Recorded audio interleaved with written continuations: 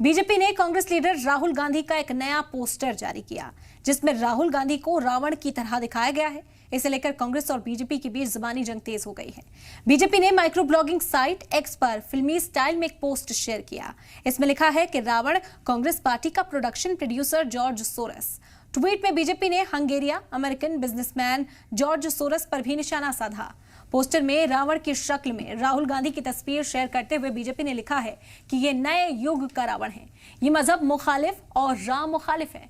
इसका मकसद हिंदुस्तान को बर्बाद करना है। इस पर कांग्रेस के जनरल सेक्रेटरी जयराम रमेश ने पलटवार किया।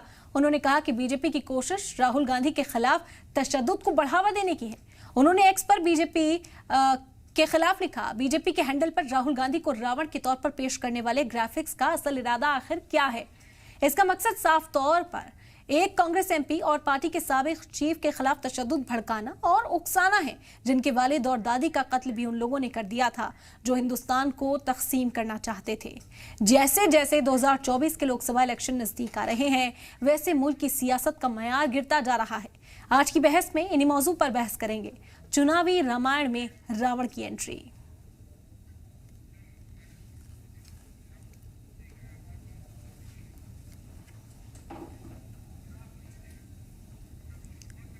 तो आपको बता दें कि इस वक्त सियासत गरमाई हुई है। कांग्रेस और बीजेपी आमने सामने हैं। बता दें कि बीजेपी के ट्विटर हैंडल से ही ये तस्वीर साझा की गई थी, जो आप इस वक्त अपनी टीवी स्क्रीन पर भी देख सकते हैं। इसमें कहा गया था कि राहुल गांधी जो हैं वो नए जमाने के रावण हैं। एंटी राम उन्हें बताया गया, एंटी रिलीजन उन्हें बताया गया और कहा गया कि हिंदुस्तान का खात्मा चाहते हैं, हिंदुस्तान को तबाह करना चाहते हैं। उसके बाद से कई सवाल उठने लगे कि आखिर अब डिफेमेशन का जो कानून है वो कहाँ गया। सियासत का ये मयार इतना नीचे कैसे पहुंच गया है कि चुनाव आते ही इस तरह की बयानबाजी शुरू हो जाती है। किसी के निजी पर्सनालिटी को लेकर इस तरह के बयानात दिए जाते हैं, जिन पर बाद में सवाल जरूर उठते हैं, लेकिन कार्रवाई कहीं पर भी होती हुई नजर नहीं आती। इस तरह के तबसरे किए जाते हैं जो किसी को भी आसानी से ठेस पहुंचा सकते हैं। आखिर सियासत का मयार इतने नीचे कैसे जा सकता है, क्योंकि ये मुद्दा फिक्रमंद करने वाला है। चुनाव आते आते इस तरह की बयानबाजियां तेज हो जाती हैं। गुजरात इंतखाब हो, कर्नाटक का इलेक्शन हो, अब लोकसभा की तैयारी हो, क्यों रावण की एंट्री हो जाती है, क्यों उस तरह के टर्म्स हैं, तबसरे हैं, उनका इस्तेमाल होना शुरू हो जाता है। रत्नाकर जी, सबसे पहले आपका रुख करना चाहेंगे। देखिए एरन जी, अगर भारतीय जनता पार्टी ने देश हित में कुछ अच्छा काम किया रहता है तो निश्चित रूप से जनता के पास जो है वो मुद्दे लेकर जाते कि हमने क्या क्या अचीवमेंट किए हैं इन 9.5 साल के दरमियान। इनके पास कुछ है नहीं दिखाने के, तो ये कुछ ऐसी चीजें करना चाहते हैं जिससे कि लोगों में कांग्रेस पार्टी के प्रति नफरत, कांग्रेस पार्टी के प्रति जो है दुर्भावना पैदा हो, उसके लिए ये सारी चीजें करते हैं। और मैं इस पे एक ही चीज कहना चाहूंगा कि एक कहावत कही जाती है, जाकी रही भावना जैसी प्रभु देखी मूरत तिन तैसी। ये भारतीय जनता पार्टी की भावना ही रावणी है, तो वो किसी भी व्यक्ति को रावण के समान ही देखे। आपको मैं एक वाकया याद दिलाना चाहता हूं। 1945 जब महात्मा गांधी, इनके ही भारतीय जनता पार्टी के पूर्वज, 1945 में एक कार्टून बनाया है इन लोगों ने, और उस कार्टून में रावण बनाया महात्मा गांधी सहित 10 स्वतंत्रता वीर सेनानियों के, और खुद जो है रावण बन के और तीर चलाते हुए दिखाया गया।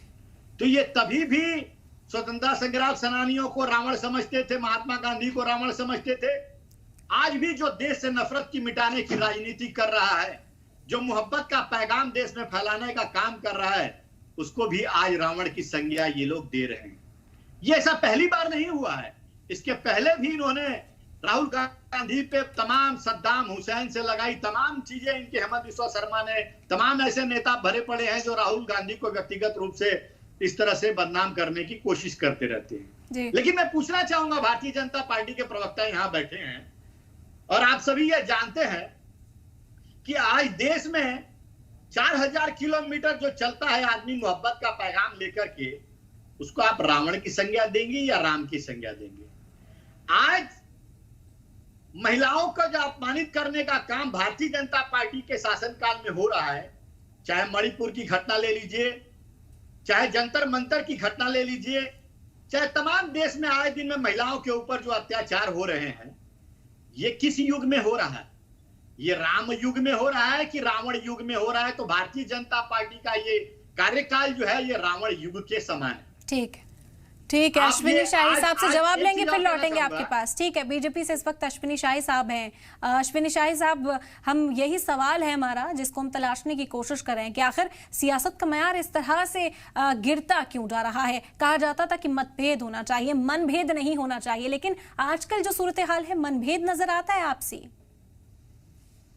इरम जी देखिए, मनभेद और मतभेद तो होते ही रहते हैं। राजनीति में जो है एक ऐसी परिपाटी चली आई है, जब अपने लिए कुछ सामने नजर आता है तो बड़ा दर्द होने लगता है किसी को। अभी कुछ दिन पहले खड़गे साहब ने एक भाषण दिया था, हमको याद है, माननीय प्रधानमंत्री जी जो देश के प्रधानमंत्री हैं, उनको कहा था जहरीला सांप, और जूनियर खड़गे ने कहा वो नालायक आदमी है। देश के प्रधानमंत्री को नालायक, जहरीला सांप, नीच, चाय वाला, क्या क्या नहीं कहा गया इस देश में। मोदी तेरी कबर खुदेगी, क्या क्या नहीं कहा गया। तो कांग्रेसियों को इस पर ध्यान नहीं आता है। अरे भाई, कांग्रेसियों को तो खुश होना चाहिए। रावण बहुत विद्वान आदमी था। पहली बार राहुल गांधी को मंदबुद्धि किसी ने नहीं कहा, विद्वान बताया। तो कांग्रेसियों को तो खुश होना चाहिए। आज देखिए रत्नाकर जी किस तरीके से कह रहे, पूरे कांग्रेसी एकदम बिफरे हुए हैं। मैं तो कहता हूं कि जो राम का नहीं वो किसी काम का नहीं। लेकिन ये गांधी परिवार जी। राम का विरोध, राम सेतु काल्पनिक है, राम मंदिर का विरोध नहीं बनने देंगे। कपिल सिब्बल के द्वारा 19 में कहा गया कि अभी मत फैसला दीजिए नहीं तो भाजपा को फायदा हो जाएगा। हिंदुत्व को बोको हरम से तुलना, क्या क्या नहीं कहा गया है। ये राम विरोधी लोग हैं और राम विरोधी काम करते हैं। तो राम विरोधी कौन था? रावण था।